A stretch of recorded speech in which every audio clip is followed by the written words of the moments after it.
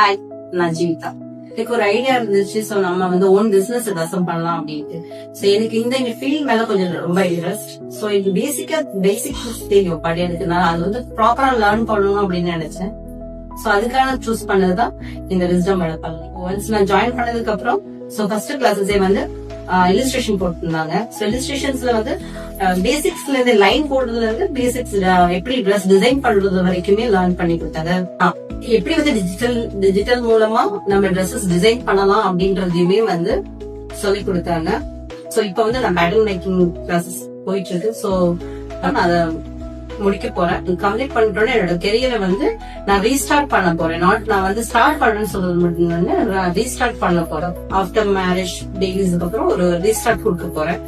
So அதுக்கு வந்து wisdom வளர்த்தாலே எனக்கு நிறைய ஹெல்ப் பண்ணுச்சு. தேங்க்யூ.